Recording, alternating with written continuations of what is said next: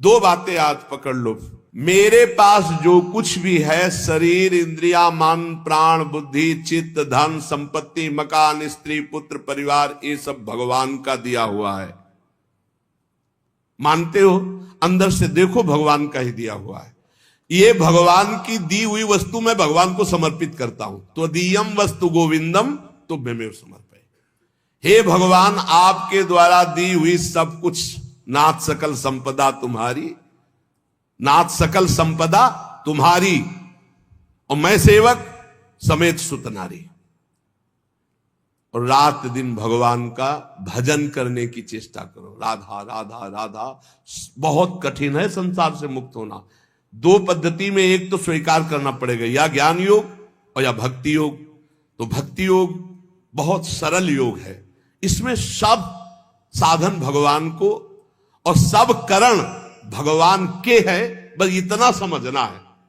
सब करण भगवान के हैं, चाहे इंद्रियां हो, चाहे अंतःकरण हो, चाहे पदार्थ हो, बाहर भीतर जो कुछ श्री भगवान की रचना। और मैं भी भगवान का हूं, भगवान का अंश हूं।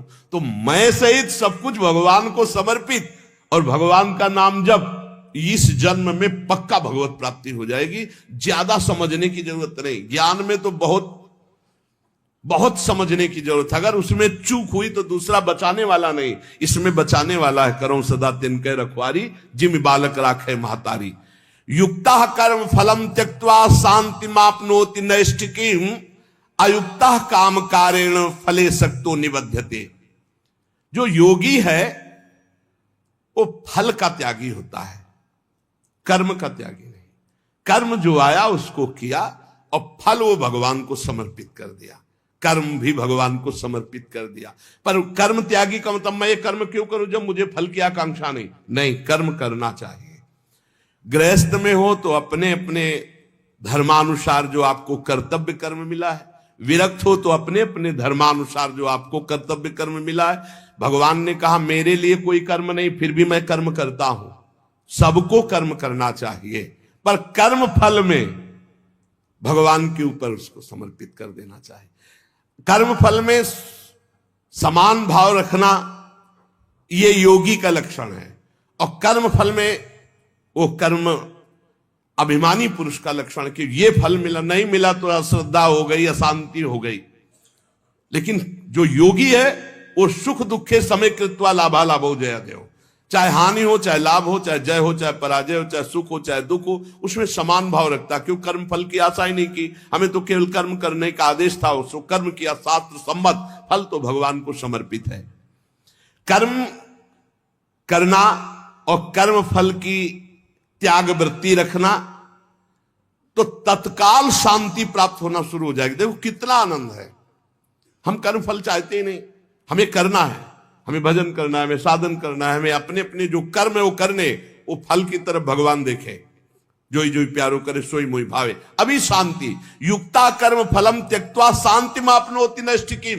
जितना जलन, जितनी अशांति फल को लेकर के है, कर्म को लेकर सावधानी नहीं है, फल को लेकर है। फल में बोले अब हमें भगवान से अश्रद्धा हो गई तो तुम्हारा ही पतन होगा, भगवान का थोड़ी वहां कुछ होना, तुम्हारा ही पतन होना है।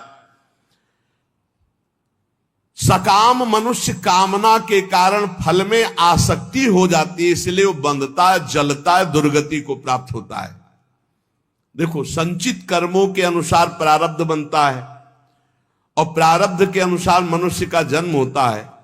और मनुष्य जन्म में जो नए कर्म होते हैं, नए कर्म संस्कार बनते हैं, वो तुरंत उठकर संचित में चले जाते हैं। भोगना तो प्रारब्ध ही पड़ता है, शुभ और अशुभ। कर्म फल की आसक्ति त्याग कर दो तो संचित भी भस्म हो जाएंगे, और नए कर्म संचित में जाके जमा नहीं होंगे, और प्रारब्ध भोगकर भगवत प्राप्ति हो जाएगी। प्रारब्ध भोगना पड़ेगा, ये कमर कस लो। ये जो तुम्हें कह रहे हैं कि हम नष्ट कर सकते हैं छूछा से, भगवान बोल रहे हैं, जगत गुरु बोल रहे हैं, हम नहीं बोल रहे। प्रारब्ध भोगना पड़ेगा, अवश्य में भोक्तव्यम कृतम कर्म शुभाशुभम। भूल भुलैया में मत फंसो। तुक्का जम जाता है कभी कभी। तुम्हारा प्रारब्ध अच्छा आ गया और तुम हमारे पास आए, तुम्हारा काम बन गया, बोले बाबा से काम बन गया। बाबा से काम नहीं बना, तुम्हारा प्रारब्ध काम बना दिया, तुम्हारा पुण्य काम कर गया। जो कर्म फल की आसक्ति का त्याग कर देता उसके कर्म भस्म हो जाते, भुने हुए चने के समान, फिर बीज नहीं देते, फिर वो बंधन कारक नहीं होते। जैसे भुना हुआ चना है, अब ना उसमें अंकुरण होगा, ना पेड़ होगा, ना उसमें बीज होगा, जड़ से खत्म हो गया, अब उसमें कोई सत्ता नहीं। तो जो कर्म फल की आशा ना रख करके केवल भगवत प्रीत्यर्थ किया जाता, वो उसे बांध नहीं सकता, उसे जन्म मरण में नहीं पहुंचा सकता। नहीं तो चाहे शुभ कर्म हो, अच्छा कर्म हो या बुरा कर्म, उसे जन्म मरण में फंसा देगा। कर्म फल 4 प्रकार के होते हैं। एक होता दृष्ट कर्म फल, और एक होता अदृष्ट कर्म फल, और एक होता प्राप्त कर्म फल, और एक होता अप्राप्त कर्म फल। दृष्ट कर्म फल कहते हैं वर्तमान में किए जाने वाले नए कर्मों का फल जो तत्काल प्रत्यक्ष मिलता दिखाई देता है। जैसे कीर्तन किया आनंद मिल रहा है, सत्संग किया आनंद मिल रहा है, कोई भूखा है अपना भोजन पवा दिया तत्काल आनंद मिल रहा है, कोई अपने लिए पदार्थ लेने जा रहा, देखा बीमार है उसके पास दवाई की व्यवस्था नहीं, चलो आज हम भूखे रह जाएंगे, पैसा बीमारी में दे दिया, उसमें लगा, तो जो हृदय शीतल हुआ वो दृष्ट कर्म फल, इतना महान कर्म कि तत्काल आनंद प्रदान करता है। और अदृष्ट कर्म फल वर्तमान में किए जाने वाले नए कर्मों का फल जो अभी तो संचित रूप से संग्रहित होता है, आगे जन्म में मिलेगा जाकर के। जो तीर्थयाटन है, दान है, पुण्य है, बहुत प्रकार के ऐसे कर्म है जो अभी आपको नहीं अनुभव में आ गए, वो आगे आपको प्राप्त होंगे। और प्राप्त कर्म फल जो पूर्व के कर्म फलों का प्रारब्ध बन करके आ गया है, शरीर प्राप्त कर्म फल है, प्रारब्ध जैसा वैसा शरीर, वैसे ही कुल में जन, वैसे ही धनवान, संपत्तिवान, अनुकूलता प्रतिकूलता, ये प्राप्त कर्म फल है। पूर्व में जो कर्म किए उससे जो प्रारब्ध बना है वो पहले से निश्चित हो चुका है। अप्राप्त कर्म फल प्रारब्ध कर्म के फल रूप में अब जो आगे आने वाला है, ये भविष्य में मिलने वाले सुख दुख है, जो अप्राप्त कर्म फल है। प्राप्त कर्म फल हो चुका, शरीर ऐसे कुल में जन्मा, शरीर ऐसा है, ऐसा ऐसा धन संपत्तिवान माता पिता मिले या निर्धन मिले, या जैसे अनुकूल प्रतिकूल परिस्थिति जो वर्तमान में मुझे मिली, ये प्राप्त कर्म फल। और जो अब आगे आने वाली है अप्राप्त कर्म फल, ये प्रारब्ध बड़ा भयानक है जो आगे आने वाला है। इसे भयानक को बड़ा मृदुल किया जा सकता है भजन के प्रभाव से, नष्ट तो किया जा सकता है पर भगवत प्राप्ति नहीं होगी। फिर पूरा झोंकना पड़ेगा इसी प्रारब्ध मिटाने में भजन को। प्रारब्ध भी हम भोग ले और भगवत भी प्राप्ति हो जाए, तो भजन से प्रारब्ध जो 100% आपको दुख देने वाला है वो 10% आके भुगता के 90% नष्ट हो जाएगा, 10% भोगना पड़ेगा और चला जाए। भजन का बड़ा प्रभाव होता है। 12 वर्ष का गलित कुष्ठ 24 घंटे में भुगता के चला गया। 12 वर्ष कहां और कहां 24 घंटे। भजन से अप्राप्त कर्म फल को, जो आने वाला प्रारब्ध है, उसे रोका जा सकता है, उसे कम किया जा सकता है, उसे मिटाया भी जा सकता है। पर जो भगवत प्राप्ति करना चाहते हो मिटाने में नहीं फंसते, वो उसे भोग लेते हैं और भगवान की प्राप्ति करते हैं। ये 4 प्रकार के कर्म फलों में दृष्ट और अदृष्ट ये क्रियमाण है, और जो प्राप्त और अप्राप्त कर्म फल हैं प्रारब्ध के अधीन है। दृष्ट कर्म फल आग्रह नहीं रखना, मिलने पर प्रसन्न या प्रसन्न ना होना। अदृष्ट कर्म फल आशा रखना, प्राप्त कर्म फल में ममता न करना, मिलने पर सुखी दुखी ना होना। अप्राप्त कर्म फल मिट जाए ऐसी आशा न रखना, ये भक्त के हृदय में होता है। चारों प्रकार के कर्म फल भक्त के हृदय में कोई प्रभाव नहीं डाल सकते। जब उपासक ये देख लेता है कि मैं करता नहीं है, वो मुक्त होने लगता है। इतने जादू का तमाशा है, समझ लो। गांठ लगी ही नहीं, गोस्वामी जी कह रहे जड़ चेतन ही ग्रंथि पड़ गई, यद्यपि मृषा छूटत कठिनाई। है ही नहीं बंधन पर छूटना बड़ा कठिन है। बस इतना समझ लो कि बंधन ही नहीं है पर छूटना बड़ा कठिन है। कर्तापन तुमने स्वीकार किया तो तुम्हारी दुर्गति पक्की है। चाहे शुभ कर्म करो चाहे अशुभ कर्म। शुभ से स्वर्ग आदि लोक, अशुभ से नरक आदि, और दोनों से मृत्यु लोक, आवागमन बंद नहीं होने वाला। क्या करें? तो बड़े कठिन समस्या है। यही कठिन समस्या है। ज्ञानेन्द्रीय, कर्मेंद्रीय, अंतःकरण, प्राण, उपप्राण, ये सब प्रकृति के हैं ढांचा सहित। शब्द, स्पर्श, रूप, रस, गंध, ये प्रकृति के हैं। वो 5 ज्ञानेन्द्रियां उनको प्रकृति में भोग रही। इंद्रियां इंद्रियों में, विषयों में बरत रही हैं। आप इनको देख रहे हैं, दृष्टा हैं, पर आप तन्मयता कर लेते, मैंने देखा, तो फिर उसका दंड भी तो भोग मिलेगा। क्या देखा और कैसे देखा? हमारे द्वारा जो भी क्रियाएं हो रही हैं, हम उनके 2 विभाग देखते हैं, एक अच्छी क्रियाएं और एक बुरी क्रियाएं। बिल्कुल सरल भाषा में आपको बता रहे हैं। जो अच्छी क्रियाएं हैं वो शास्त्र सम्मत है, जो बुरी क्रियाएं हैं वो शास्त्र विरुद्ध है। बुरी क्रियाओं को अशुभ कर्म कहते हैं, अच्छी क्रियाओं को शुभ कर्म कहते हैं। शुभ और अशुभ कर्म ये गुणों से प्रेरित होते हैं। सतोगुण तो शास्त्र सम्मत, रजो और तम मिश्रित या तमोगुण या घोर रजोगुण, ये शास्त्र विरुद्ध आचरण कराएंगे। अब अपने को भगवान की शरण में हो जाना, गुणों की शरण में नहीं। भक्ति का मार्ग, पूरा शरीर, इंद्री, प्राण, उपप्राण सब, हे नाथ मैं आपकी शरण में। ये तो समझ में आ रहा है ना? ज्ञान वाला समझ में ना आ रहा हो तो ये तो समझ में आ रहा है कि पूरा ढांचे सहित, जो इसमें स्थूल हो, सूक्ष्म हो, कारण हो, प्राण हो, उपप्राण हो, इंद्रियां हो, कर्म, जो भी महाराज, पूरा सिस्टम आपकी शरण में। समझ में आ गया? ठीक।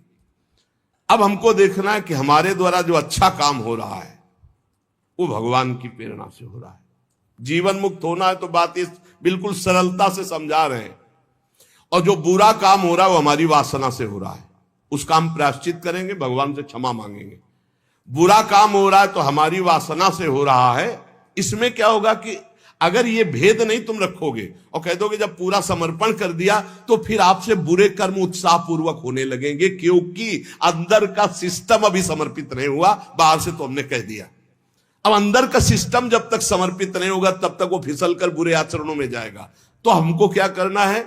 गुण तुम्हार समुझे निज दोषा, और जय सब भांति तुम्हार भरोसा। भरोसा दृढ़ आपका।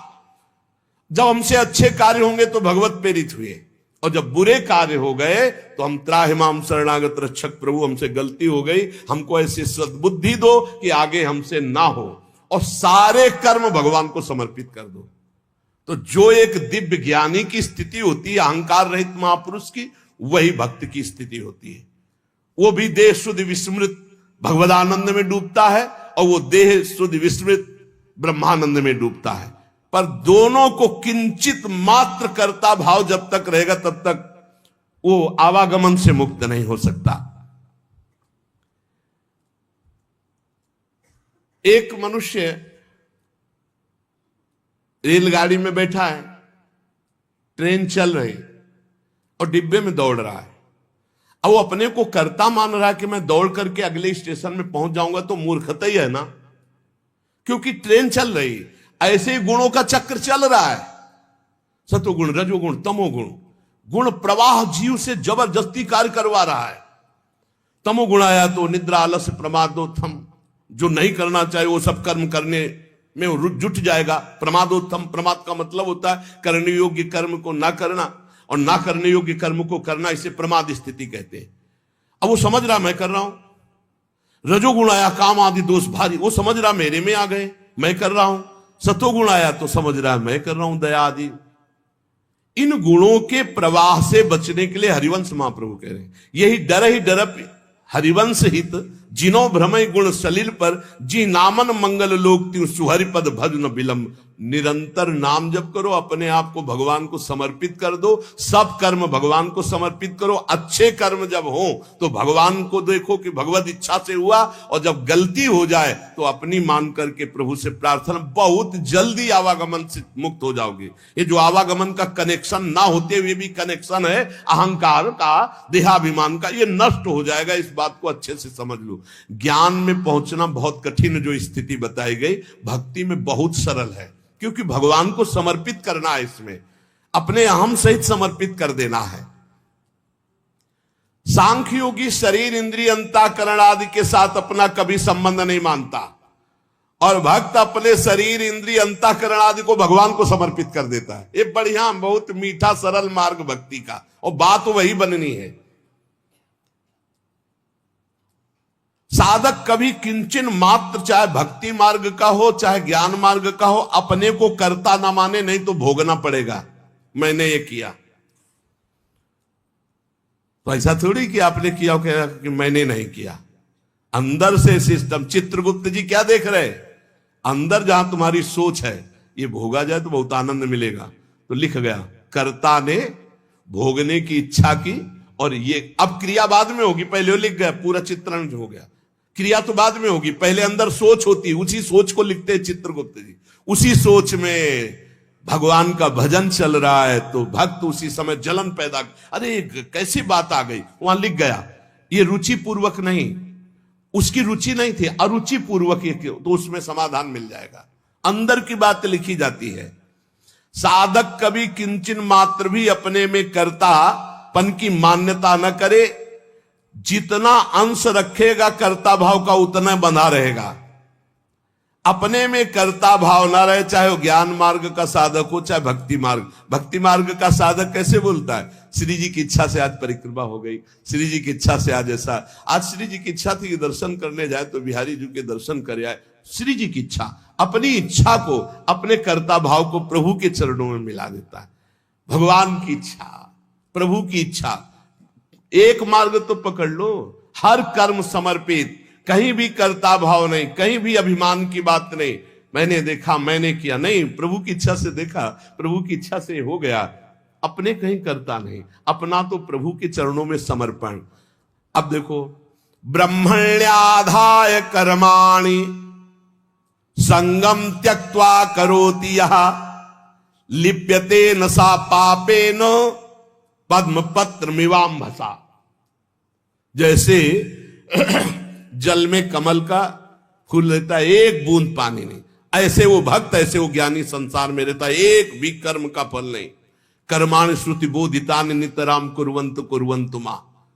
वो चाहे वेद के अनुसार कार्य करे या न करे, कोई उसके ऊपर लागू नहीं नियम। वो विषयान ग्रहणंतु मुंचन्तु, विषय भोगे या विषय त्याग दे कोई नहीं, क्योंकि वो ऐसी अवस्था को प्राप्त हो चुका है। ब्रह्मण्याधाय कर्माणि संगम त्यक्त्वा करोति।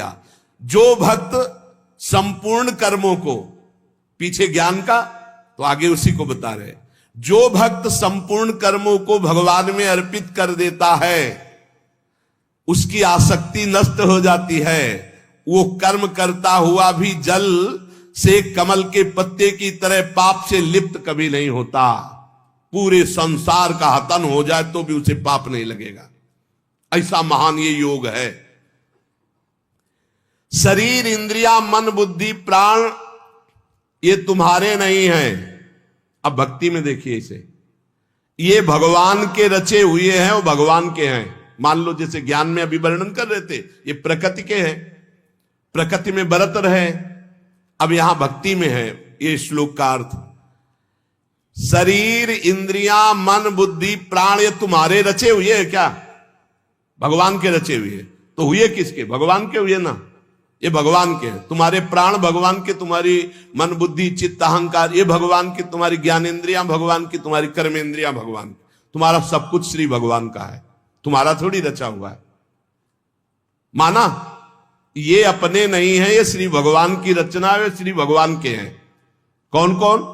शरीर इंद्रिया मन बुद्धि प्राण ये भगवान के रचे हुए हैं। तुम्हारी रुचि से होता तो तुम तो और सुंदर रचना चाहते, और बलवान चाहते।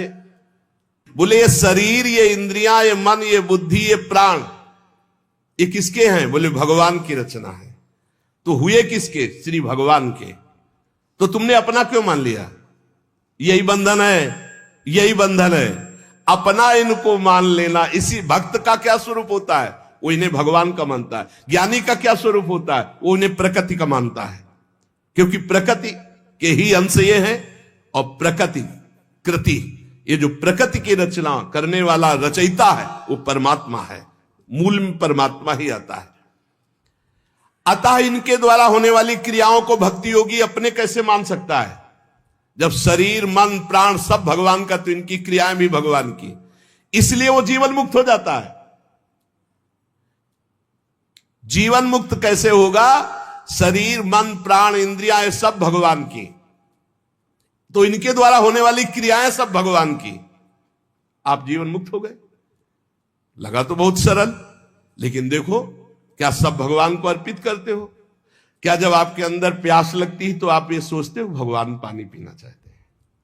जब आपके अंदर भूख लग रही, मेरे हृदय में बैठे हुए भगवान पाना चाहते हैं। जब आपके अंदर विकारात्मक भाव है, तब आवे कि ये दुष्ट कहां से दुर्वासना दबी रह गई, अभी ये भगवान की नजर में नहीं पड़ी, इस हृदय में कहीं दुर्वासना, हे नाथ हे करुणामय इस दुर्वासना को हटाओ, ऐसे भक्ति में चला जाता है।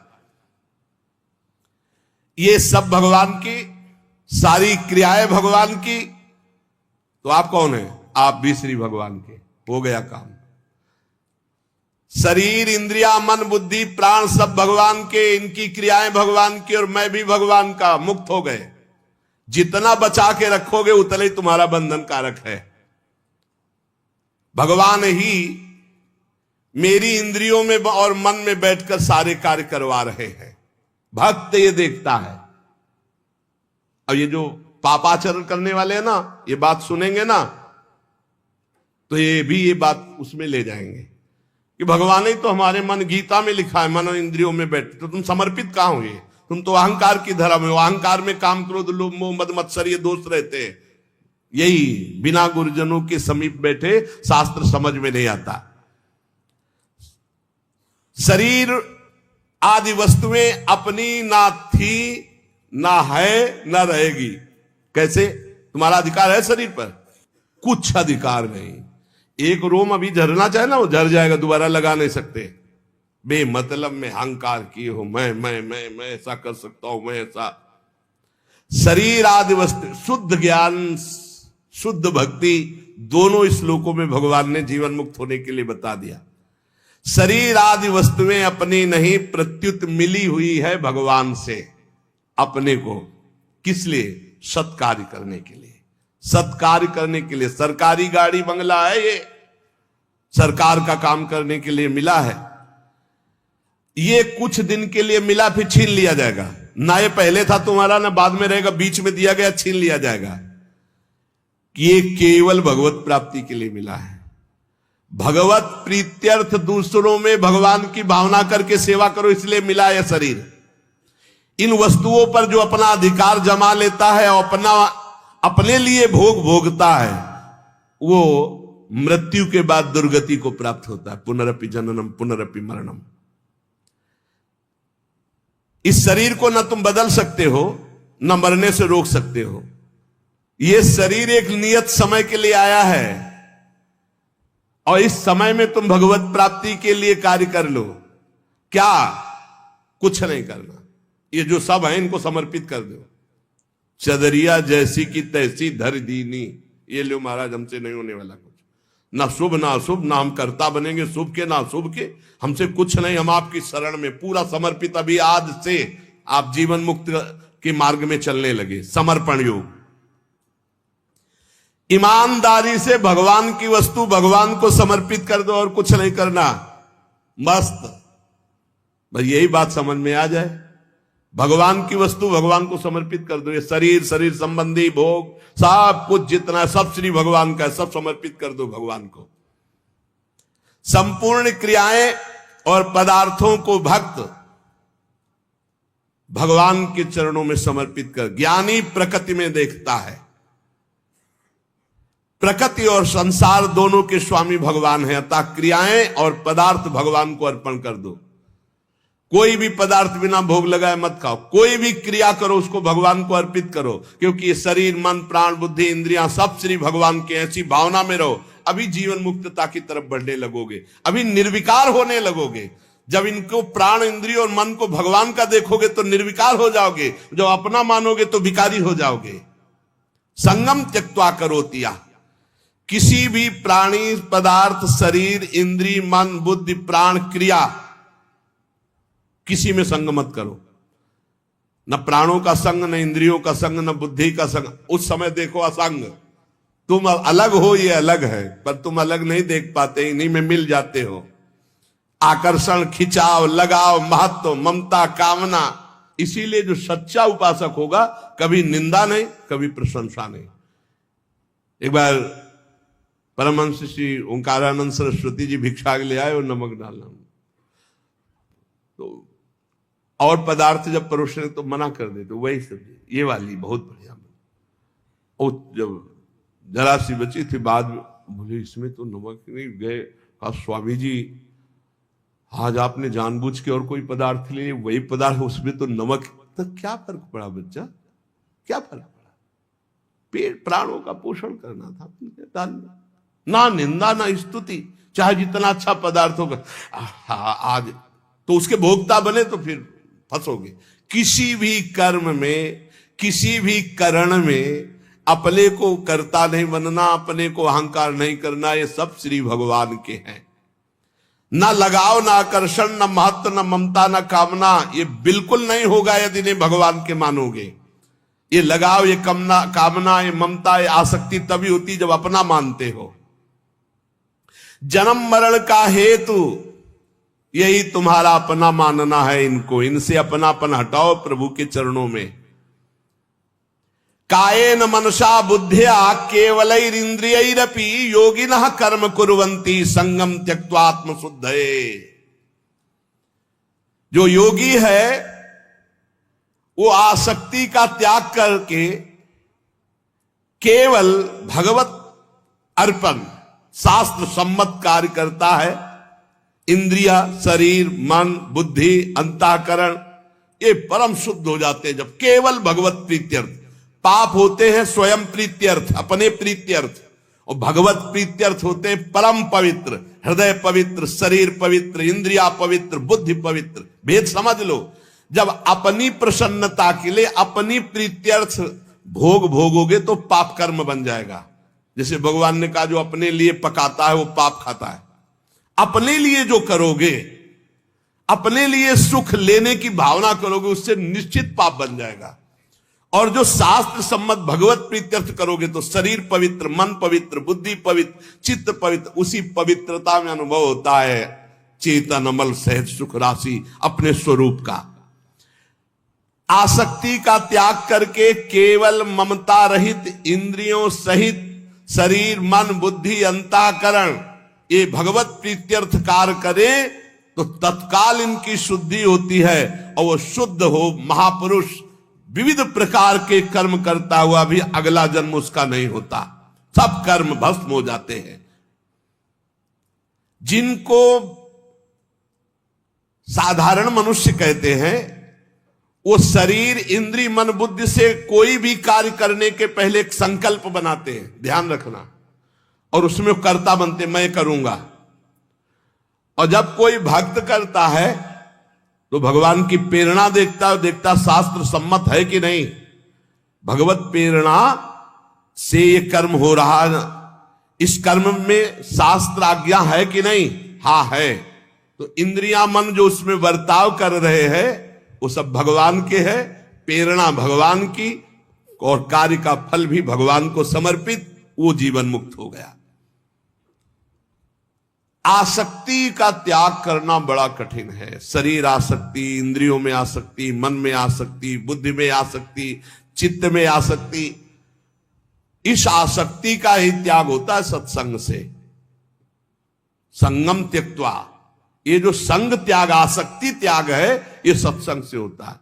रोज धैर्य पूर्वक जैसे सत्संग सुन रहे हो तो इतना तो दिमाग में आ ही रहा है अब कि मैं शरीर नहीं हूं, मेरी इंद्रियां, बुद्धि, मन, प्राण ये सब भगवान की रचना है। और भगवान की रचना से जो भी हो रहा है वो भगवान की रचना प्रकृति में हो रहा है। मैं व्यर्थ में फंस रहा हूं अहंकार करके, भोक्ता भाव करके। नहीं अनुभव में आ रहा पर सुनने में तो आ गया। पहली बार ही सुना हो तो ये शास्त्रीय शब्द अंदर जाएंगे, व्यर्थ नहीं रहेंगे। इसलिए उपासक को चाहिए कि भगवान की प्रसन्नता के लिए शास्त्र सम्मत कर्म करे, कर्म फल भगवान को समर्पित कर दे, निरंतर नाम जप करे तो इस कर्म की झंझटों से बचकर भगवत प्राप्ति हो जाएगी। नाम जप और भगवत समर्पण ये दो शास्त्रों में बहुत जोर की बात है। जो कुछ मेरे पास है मैं सहित भगवान को समर्पित, नाम जप, सब ठीक हो जाएगा। बुद्धि ठीक हो जाएगी, मन ठीक हो जाएगा, कर्म संस्कार मिट जाएंगे, भगवत प्राप्ति हो जाएगी। नाम संकीर्तनम यस्य सर्व पाप प्रणाशनम। खूब नाम जप करो और अपने आप को भगवान को समर्पित